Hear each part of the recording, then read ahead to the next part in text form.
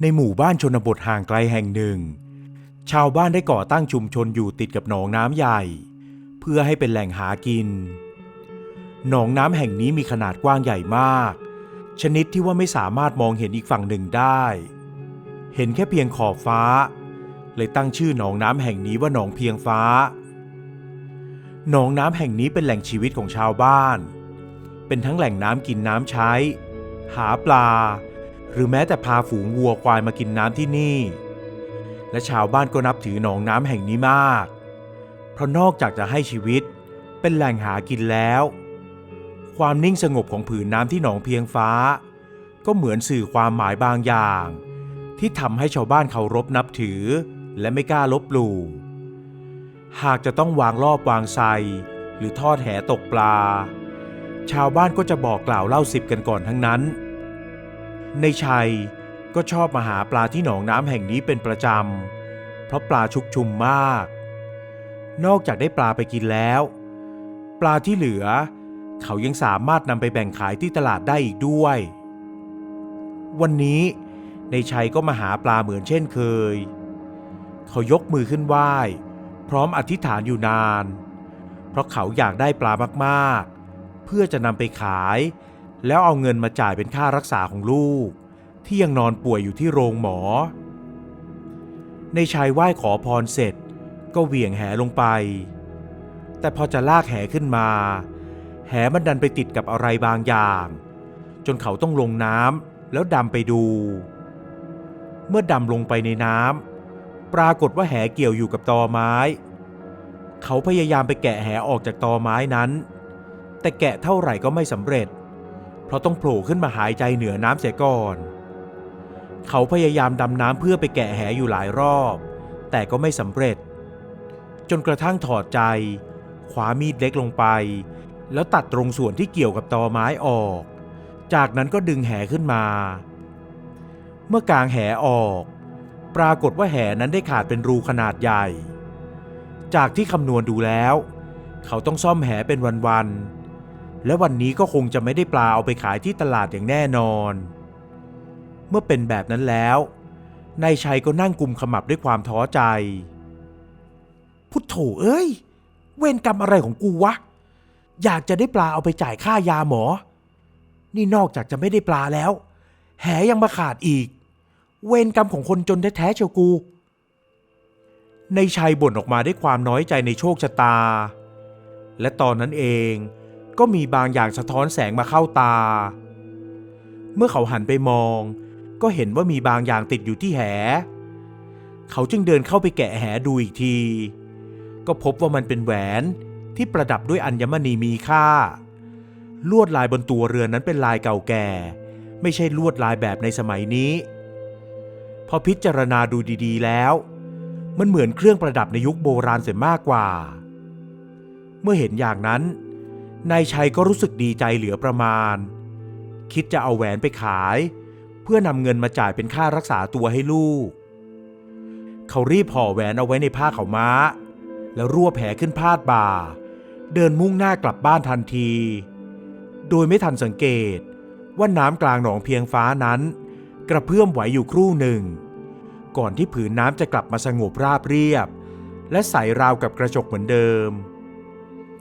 เนื่องจากวันนั้นเป็นเวลาเย็นมากแล้วในชัยจึงไม่ได้เดินทางเข้าตัวเมืองเพื่อนำแหวนไปขายแต่เขาได้บอกกับเมียว่าพอจะมีหนทางที่จะหาเงินมาจ่ายค่ารักษาพยาบาลให้ลูกแล้วกลางดึกคืนนั้นเองหลังจากที่ในชัยเข้านอนได้พักใหญ่ก็เกิดเสียงลมพัดหวีดหวิวอยู่รอบบ้านก่อนที่จะเงียบสงบลงในชัยฝันเห็นตัวเองกำลังนั่งกุมขมับอย่างท้อถอยบ่นน้อยใจโชคชะตาอยู่ที่ริมบึงน้ำใหญ่และจู่ๆสายน้ำในบึงหนองเพียงฟ้านั้นก็หมุนวนปั่นป่วนก่อนที่จะมีร่างของใครบางคนค่อยๆเดินขึ้นมาจากบึงน้ำนั้นด้วยท่าทางสงบสง่างามและน่าเกรงขามชายผู้นั้นมีผิวพรรณผุดผ่องรูปร่างสูงใหญ่กำยำนุ่งผ้าโจงผืนเดียวแต่ผืนผ้านั้นมีสีฟ้าเลื่อมลวดลายสวยงามมองดูก็รู้ว่าเป็นผ้าที่ไม่อาจทอได้ด้วยฝีมือมนุษย์ ชายผู้นั้นเดินมาอยู่ต่อหน้าในชัยดวงหน้าที่คมคายหล่อเหลาราวกับเทพบุตรของผู้ชายคนนั้นค่อยๆปรากฏรอยยิ้มน้อยๆเหมือนคนจิตใจดีมีเมตตาเราให้แหวนแก่เจ้าจงนำมันไปขายแล้วเอาไปจ่ายเป็นค่ารักษาให้ลูกของเจ้าเสียแหวนนี่น่ะหรือขอรับในชัยตกใจเมื่อจู่ๆแหวนก็มาอยู่ในมือเขาใช่แต่มีข้อแม้ว่าห้ามเล่าเรื่องนี้ให้ใครฟังห้ามบอกใครว่าเจ้าได้แหวนมาอย่างไรเราให้เจ้าก็เพราะเห็นเจ้าเป็นคนดีไม่ใช่คนโลภโมโทสันแต่ถ้าเจ้าไม่ทำตามที่เราพูดเจ้าจะได้รับผลของการกระทำของเจ้าแน่นอนน้ำเสียงนั้นทุ้มกังวานน่าฟังแต่น่าแปลกที่ในชัยได้ยินอย่างชัดเจนแม้ว่าชายผู้ที่มีรูปโฉมงดงามนั้นจะไม่ได้ขยับริมฝีปากเลยแม้แต่น้อยในชัยรับรู้ได้ในทันทีว่าหากเขาผิดคำพูดเขาต้องมีอันเป็นไปแน่ๆจึงรีบตกปากรับคำขอรับกระผมจะรักษาเรื่องนี้เอาไว้เป็นความลับจากนั้นในชัยก็สะดุ้งตื่นแล้วเขาก็ต้องรู้สึกประหลาดใจเมื่อในมือกำแหวนวงงามเอาไว้จริงๆทั้งที่ก่อนนอนเขาได้เก็บใส่กล่องเอาไว้เป็นอย่างดีเพราะตั้งใจว่าวันรุ่งขึ้นจะนำไปขายความฝันนั้นเหมือนจริงจนในชัยกลัวและตั้งใจว่าจะไม่บอกใครเกี่ยวกับเรื่องนี้อย่างเด็ดขาดวันรุ่งขึ้น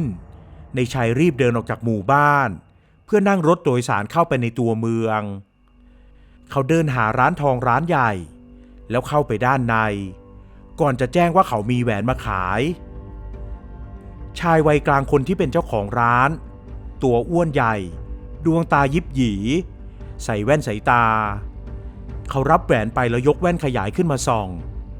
ก่อนที่ริมฝีปากจะมีรอยยิ้มเจ้าเล่ห์ปรากฏอยู่ลื้อได้มาได้ยังไงเจ้าของร้านเอ่ยถามขึ้นมาผมบอกไม่ได้ครับคนที่เขาให้มาสั่งนักสั่งหนาว่าห้ามบอกใครในชัยพูดอึกอักทำให้เสียเจ้าของร้านทองจ้องเขาตาเขม็งหรือไม่บอกถ้าเกิดลื้อไปขโมยใครเขามาและตำรวจมาจับอัวในฐานะรับซื้อของโจรอัวก็ซวยนะซีไม่ได้ขโมยครับผมเอาหัวตัวเองเป็นประกันเลยว่าไม่ได้ขโมยใครมาจริงๆแต่ถ้าเสียลำบากใจที่จะซื้อไว้ก็ไม่เป็นไรครับเดี๋ยวผมเอาไปให้ร้านอื่นก็ได้ในชัยว่าอย่างนั้นพลางยื่นมือออกไปเพื่อจะเอาแหวนคืนแต่เสียกลับชักมือกลับไม่ยอมคืนแหวนให้เอาน่ะใจเย็นๆก่อนอัวก็ถามไปก่อนเพื่อความแน่ใจแต่มองดูตาลื้อแล้วลื้อคงไม่ได้โกหกเอาเป็นว่าอัวจะซื้อแหวนวงนี้เอาไว้ก็แล้วกันเสียรีบเอ่ยก่อนจะพูดถึงจำนวนเงินหลักหมื่นซึ่งเขาตีราคาแหวนเอาไว้เท่านี้ชัยเองก็ไม่รู้ว่าแหวนวงนี้จะมีราคาเท่าไหร่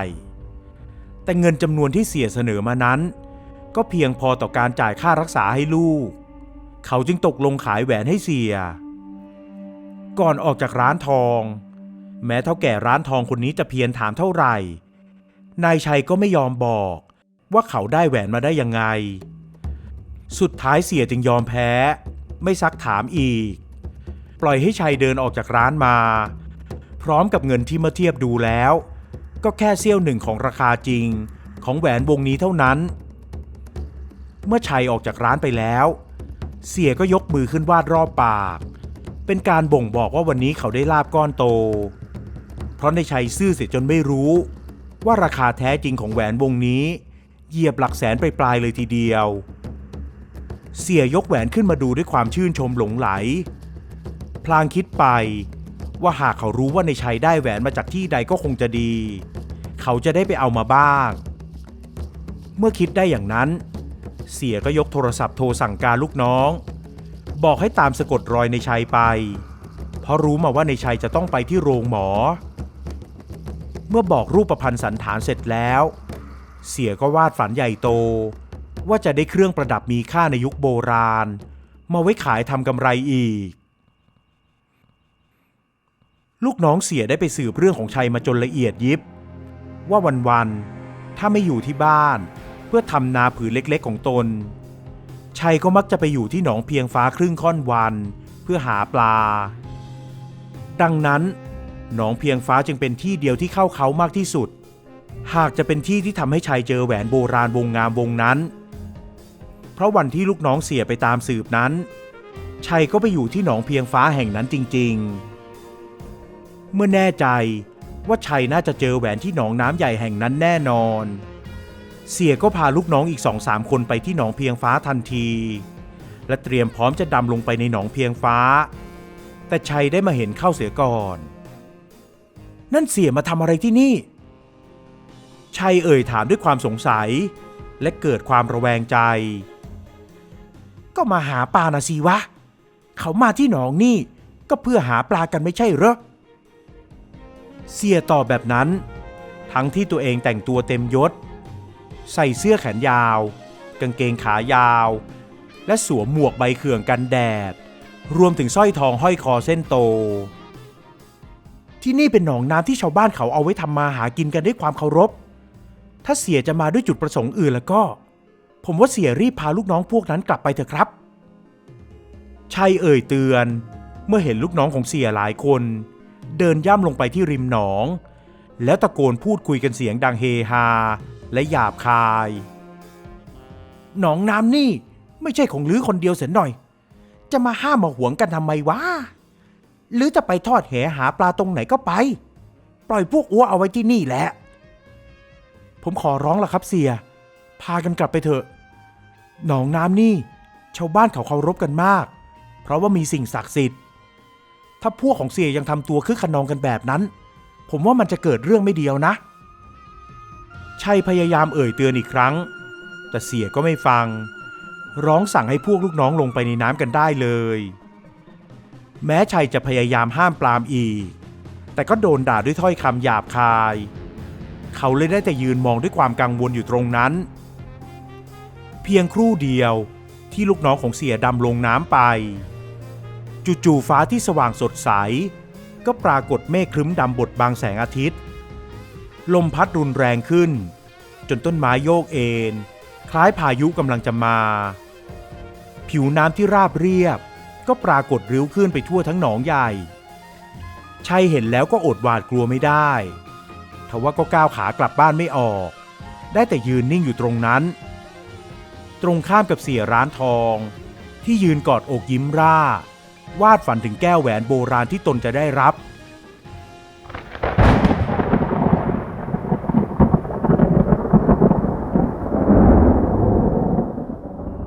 เสียงฟ้าร้องพลางคลืนมาแต่ไกลสายฟ้าแลบแปลบปราบแล้ววินาทีนั้นเองผืนน้ำก็กระเพื่อมไหวรุนแรงลูกน้องของเสียต่างพากันแหวกว่ายสายน้ำกลับมาที่ชายฝั่งแล้ววิ่งขึ้นจากน้ำป่าก็ร้องตะโกนจนฟังไม่ได้สับทิ้งข้าวของเกลื่อนกลาดวิ่งหนีสุดชีวิตเหมือนต้องการจะเอาชีวิตรอดจากอะไรบางอย่างช่วยด้วยช่วยด้วยไม่เอาแล้วกลัวแล้วกลัวแล้วคนหลังสุดตะโกนอย่างนั้นแล้ววิ่งล้มลุกคลุกคลานจากไปสายฝนก็สาดซัดลงมาอย่างรุนแรงก่อนที่ฟ้าจะผ่าเปรี้ยงลงมากลางสายน้ำ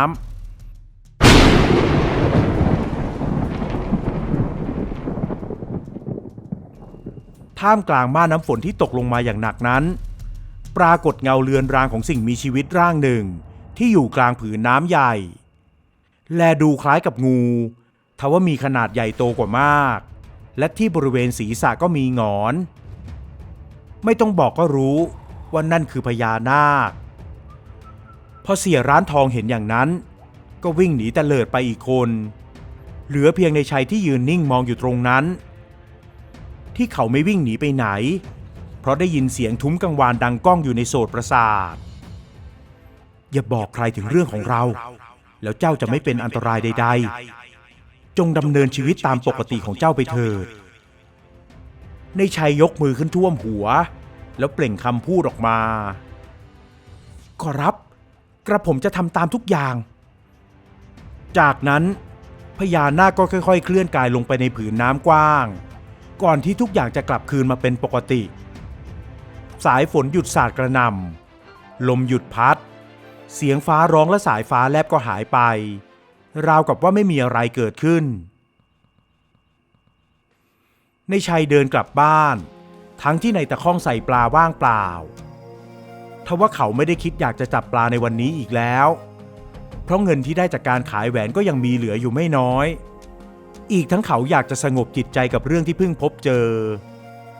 ดังนั้นเมื่อถึงบ้านแล้วเขาจึงไม่ได้เอ่ยถึงว่าเหตุใดตัวเขาถึงเปียกปอนไปหมดราวกับเดินฝ่าสายฝนมาหรือลงไปดำในหนองทว่ากลับไม่มีปลาติดมือกลับบ้านสักตัวหลังจากนั้นก็มีเสียงลือเสียงเล่าอ้างกันว่าเสียร้านทองในเมืองเกิดเจ็บป่วยกระทันหันต้องนอนโรงหมอนานเป็นเดือนๆส่วนลูกน้องก็มีอาการเพ้อเหมือนคนบ้าทั้งหมดนั่นชาวบ้านเชื่อว่าเสียกับลูกน้องต้องไปลบหลู่สิ่งศักดิ์สิทธิ์ที่หนองเพียงฟ้าอย่างแน่นอนมีเพียงคนเดียวเท่านั้นที่รู้ทุกอย่างแต่เขาก็รักษาสัญญาและรักษาคำพูดของตนไว้เป็นอย่างดีคือจะเก็บเรื่องทุกอย่างเป็นความลับและไม่ปริปากบอกใครแม้กระทั่งเมียกับลูกและคนในครอบครัวของเขาเองและปล่อยให้เรื่องที่เกิดขึ้นนี้กลายเป็นตำนานเล่าขานสืบไป